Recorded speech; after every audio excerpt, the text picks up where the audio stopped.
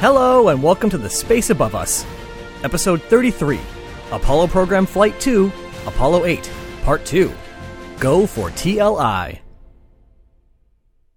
Last time, we talked about the audacious origins of the Apollo program's second flight, Apollo 8. Faced with a slipping schedule and a technical quagmire of a moonlander, NASA set their eyes higher than ever before and dared to shoot for the moon.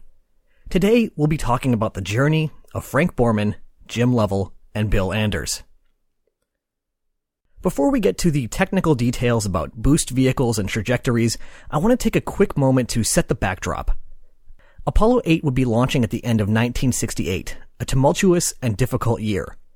It's a little tricky trying to convey what 1968 was like to people who didn't live through it, especially since I didn't live through it myself. I'm writing this in June of 2017 in the United States, and I think that regardless of anyone's opinions on the events of the last 12 months in this country, it's safe to say that it's been tough. Conspiracy theories abound, political strife is boiling over, and despite it being a safer time than any point in history, it still feels like violence is popping up all over. Even with that, however, the people I've talked to about 1968 say it was on a whole other tier. In 1968, the Vietnam War was continuing to expand, threatening to consume untold numbers of young American men and countless Vietnamese civilians. The civil rights movement was in full swing, and along with political protests, resulted in a number of large demonstrations and the occasional full-on riot. On April 4th, civil rights leader Martin Luther King was assassinated while standing on his motel balcony, sparking outrage and violence. Just 2 months later, on June 6th, Robert Kennedy, the brother of the former president, was himself gunned down while campaigning for president. And on top of this, the specter of sudden annihilation in the form of an all-out nuclear war hung over each and every person's head. The day-to-day fear of nuclear attack had faded from the peak of the Cuban Missile Crisis, but tensions remained high. The challenges of today seem almost trivial in comparison. This is the stage that the drama of Apollo 8 would play out on. On the night before the launch, the countdown was already well underway. Thousands of actions needed to be coordinated with precision if there was going to be any chance of getting off the launch pad at all, let alone reaching the moon. Advances in automated checks enabled the team at the Kennedy Space Center to do in hours what would have taken weeks in the days of Project Mercury. As the folks at the Launch Control Center toiled away on making ready the most powerful human-rated vehicle in history, the men who would ride that beast were just a few miles away, visiting with a special guest. Only 41 years earlier, an epic journey of another age captured the world's attention in much the same way as the one we're discussing today. On May 20th, 1927, Charles Lindbergh's custom aircraft, the Spirit of St. Louis, trundled off a muddy runway at the start of a 33-hour flight. It would become the first non-stop flight from New York City to Paris, winning Lindbergh a $25,000 prize and everlasting fame. He also helped inspire countless young future aviators, 3 of which were about to fly to the moon. For Borman, Lovell, and Anders, despite the proximity of their own flight into history, meeting with Lindbergh was the chance to fulfill a boyhood dream. Lindbergh told them stories from his flying career and asked questions about the astronaut's vehicle and navigation techniques. When asked how much fuel they would be carrying, he laughed because the massive Saturn V would burn more fuel in the first few seconds of flight than he did on his entire transatlantic journey. He also recalled meeting Robert Goddard, one of the founders of modern rocketry, and speaking to him about where the field of rocketry may go someday. Goddard told Lindbergh that he believed rocketry would one day enable humans to fly in space, and maybe even to the moon. But, he added, it may cost millions of dollars to do so. Oh, Goddard, such an optimist. The conversation from one generation of aviators to another couldn't have gone too late, since the space-bound trio needed to get to bed early if they were going to be rested by their 2:30 a.m. wake-up call. Present at the traditional hearty breakfast were a number of other astronauts, as well as George Low, the man who had cooked up this idea. I imagine it took a special type of guts to be responsible for the mission, look these guys in the eyes, and tell them it was all going to work. As the crew approached their vehicle, it must have seemed like something out of legend. Towering 363 feet above the launch pad, their rocket was one of the tallest structures in the state. The structure creaked and groaned as its voluminous tanks were flooded with liquid oxygen, liquid hydrogen, and rocket-grade kerosene. In the muggy Florida air, ice formed on the skin of the booster and mist streamed off into the early morning. Only 10 years and a few weeks earlier, the Space Task Group had been founded, with 45 people and the goal of someday sending a pilot into orbit. Today, America was headed to the moon. On December 21st at 7:51 a.m., the mighty Saturn V roared to life. Its 5 F-1 engines pummeled the ground with a nearly inconceivable 7.5 million pounds of thrust. The Earth itself shook. On board the spacecraft, the 3 astronauts were pressed into their couches as their journey began. Rookie Anders found the first stage to be surprisingly rough, but to the veterans in the left and middle seats who had ridden Titans, this was an improvement. The problematic second stage performed well, but did fall into a slight pogo oscillation near the end of its burn. Finally, the S-4B carried the CSM into its initial parking orbit. The parking orbit was actually a critical time in the mission. The S-4B had only a limited window where it could be reignited. Before that window closed, the crew had to perform checks on all aspects of their spacecraft to be sure that everything was in order before committing to the moon and performing the translunar injection. A lot of people might assume that the things that would keep astronauts up at night would be thoughts of violent rocket explosions or parachutes failing to open. On the contrary, Frank Borman said his biggest fear was that some inconsequential piece of equipment would fail and mission control would force them to perform an alternative mission in low Earth orbit. Nothing more than a repeat of Apollo 7. Borman needed not worry, however, since Apollo 8 was in perfect condition. About 2.5 hours after lifting off, the magic words came from Capcom Mike Collins. "All right, Apollo 8, you are go for TLI." Just over 20 minutes later, the computer began to flash 99 on the console. It was asking the mission commander, "Are you sure about this?"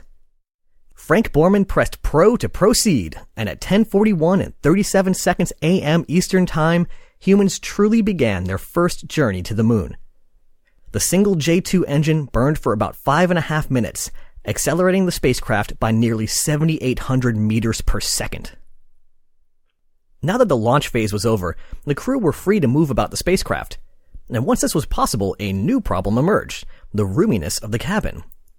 Mercury had been so small that the astronauts joked you didn't get in it, you put it on. Gemini was bigger, but not by much, and with a 2-man crew, space was still at a premium. With the comparatively enormous Apollo capsule, the crew were actually able to float, glide, and tumble their way around the cabin.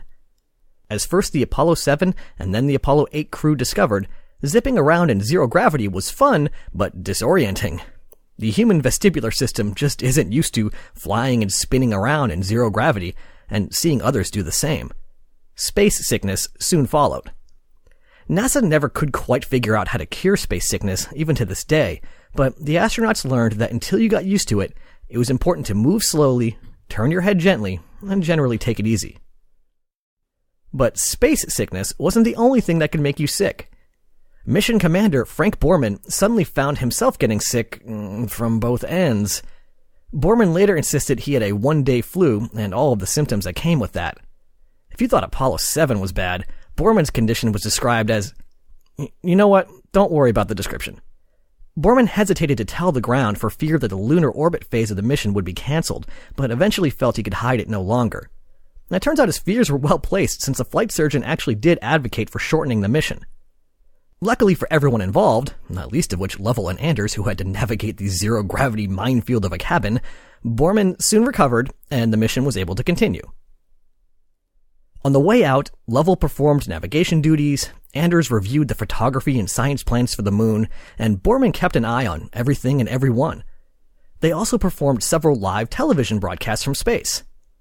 You would think that these would be really incredible, given it being the first moon mission and all, and I guess they are in their own way, but they're also hilariously boring at times. I watched a few, and at one point they spent about 10 minutes trying to guide one of the crew members' camera motions so that the Earth could remain in frame. Nope, down to your left. You're 3 o'clock. We're drifting out of frame again. There you go. No, wait, you moved it again. But for like 10 minutes. But I guess there was so much other stuff going on that we could give them a pass on their ability to put on a show. Borman had originally campaigned to remove the TV cameras due to their weight, complexity, and potential distraction during the mission, but even he eventually came around to the magic of being able to share in this incredible journey with the rest of the world. Apollo 8 had a requirement that they maintain a very low-speed spin for the entire trip in order to distribute heat from the sun evenly across the spacecraft. This, of course, was soon called the barbecue rule. Combine that with the nature of their trajectory, and the crew actually couldn't see the moon at all for the entire trip out there. Lovell spotted it a few times in the navigational sextant, but for the most part, they just had to trust that they were going in the right direction. Mission Control asked Anders what he could see through the windows. Between the trajectory and the fact that the windows were fogging over again, the answer was not much. Anders replied, "Nothing, it's like being in a submarine." 55 hours and 38 minutes after liftoff, with little fanfare and nothing noticeable on board, the moon became the most powerful gravitational force pulling on Apollo 8. For the first time, humans were in the sphere of influence of a celestial body that was not the Earth. A good way to visualize this is to imagine the Earth as a bowling ball on a bedsheet, creating a large dent. In our analogy, that dent represents the gravitational pull of the Earth. The moon would be like a tennis ball circling around the edge of the sheet. The moon is under the influence of the Earth, it's in its dent, but it creates its own dent in the sheet. Apollo 8 had been riding up the slope of the sheet towards the moon and had just crossed over the perimeter of its own little dent and was now riding down the other side. It was still being influenced by the Earth, but they were on the moon's turf now. And since the moon is so much smaller than the Earth, arrival at our little rocky neighbor followed not long after that. 2 days, 20 hours, and 57 minutes after leaving the humid wetlands of Florida, Apollo 8 was approaching the edge of the moon. The spacecraft would soon pass behind the moon and perform the all-important lunar orbit insertion burn. The SPS would burn for several minutes, slowing down the vehicle enough to enter into a low orbit around the moon. This would all be done while completely out of communication with the Earth, since orbital mechanics dictated that the burn happened on the far side of the moon. Shortly before LOS, or loss of signal, Mike Collins informed the crew that all systems were go, and he wished them a safe journey. Anders replied, "Thanks a lot, troops," and Lovell said, "We'll see you on the other side." And with that, the three men slipped behind the moon. For 35 long minutes, Mission Control had nothing to do, and no one on Earth could say how the mission was going. The flight dynamics folks had calculated what time communication should return if the burn was successful, and what time if it was not. I imagine there was not much discussion about the very real possibility of a third outcome, that rather than a spacecraft, a cloud of debris would emerge on the other side. But all of the preparation and all of the years of effort had not been in vain. Apollo 8 soon came whizzing around again to the front side of the moon. LOI completed successfully. They were in orbit around the moon. The plan was to orbit the moon 10 times, which at about 2 hours in orbit works out to about 20 hours. 20 hours sounds like a long time to get stuff done, but it's really not. Potential landing sites had to be surveyed and photographed. Navigational sightings had to be performed to help determine their precise orbit, and systems had to be continually monitored to ensure that the trans-Earth injection burn would go smoothly in 20 hours' time. There was no time for staring out the window and really absorbing the view. And what an incredible view it must have been. Apollo 8 was cruising around the moon from a distance of only about 70 miles, and with no atmosphere to worry about, the view was crystal clear. The astronauts compared the ancient surface to a dark beach or plaster of Paris. With only a few precious hours available, and with so much to answer, the crew workload during this time was high. The crew was so busy that it isn't surprising that it took until the 4th orbit for one of the most magical moments in all of human spaceflight to happen. Bill Anders suddenly called out, "Oh my God, look at that picture over there!" Outside the window was something that any flight dynamics specialist could have predicted, but that no one expected. Flanked by the dead gray moon on one side and the inconceivable black void on the other, the Earth, an oasis of color and life, was rising from behind the moon. Earthrise. The flight plan went out the window, and the crew, Borman included, scrambled for cameras. Several photos were taken, but one particular one taken by Bill Anders will forever leave its mark on history. Armed with a Hasselblad camera and 70mm color film, Anders for the first time captured the fragility of our home planet. The photograph would go on to be reproduced countless times and played a significant part in sparking the environmentalist movement. The crew had come to study the moon, but in doing so, had helped humanity discover the Earth. And the magic wasn't over. On the 9th of 10 revolutions around the moon, the crew started the second of 2 television broadcasts from lunar orbit. Before the mission had begun, someone from NASA Public Affairs had approached Borman and reminded him that more people would be watching his broadcast than anything else in human history. He should say something appropriate.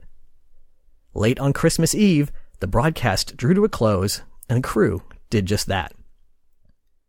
From 250,000 miles away, at a distance where they could extend an arm and cover the entire Earth and everyone they knew and loved with a thumb, the crew began to read from the book of Genesis. I'm not a religious man, but the poetry of that moment is nearly overwhelming. If you've never heard it, I can't recommend it enough. In fact, I even included it on the podcast back in December as Supplemental 3, so go give it a listen. Borman concluded the reading and said, "And from the crew of Apollo 8, we close with good night, good luck, a Merry Christmas, and God bless you all of you on the good Earth." Arguably the most tense moment of the entire mission came as Apollo 8 slipped behind the moon for the last time. Mission director Chris Kraft said it was the most apprehensive moment for him of the entire program. It was at that time that the crew would have to fire their service module engine again and perform the trans-Earth injection to begin the journey home. Just like the lunar orbit insertion burn, orbital mechanics dictated that this burn be performed on the far side of the moon, out of contact with the Earth. If the burn was unsuccessful, the crew would emerge on the other side several minutes later than expected. If they were unable to remedy the situation, they would remain in orbit for decades to come. Early on Christmas morning, Mission Control got the best present they could ask for, as Apollo 8 established communications with Houston right on time. Command Module pilot Jim Lovell quipped, "Please be informed, there is a Santa Claus." And despite still being 3 days from home, that was largely that. There were no more major burns to prepare for, and no more major activities to perform other than a few more TV broadcasts. The crew settled in for the long ride home. Shortly before dipping into the upper fringes of the atmosphere, they jettisoned the service module and oriented the command module into the proper attitude for entry. They would be re-entering at a far greater speed than any previous crew, having essentially fallen all the way back from the moon. In order to lessen the loads in the vehicle and the crew, they would actually use the slight lift generated by the spacecraft to their advantage and skip back up into the upper atmosphere on a sort of space roller coaster.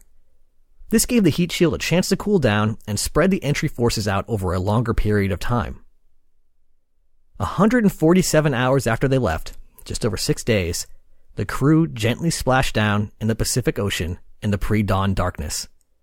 The spacecraft actually landed pointy end down, leaving the returning lunar heroes dangling from their straps until the airbags could inflate and flip the vehicle around again.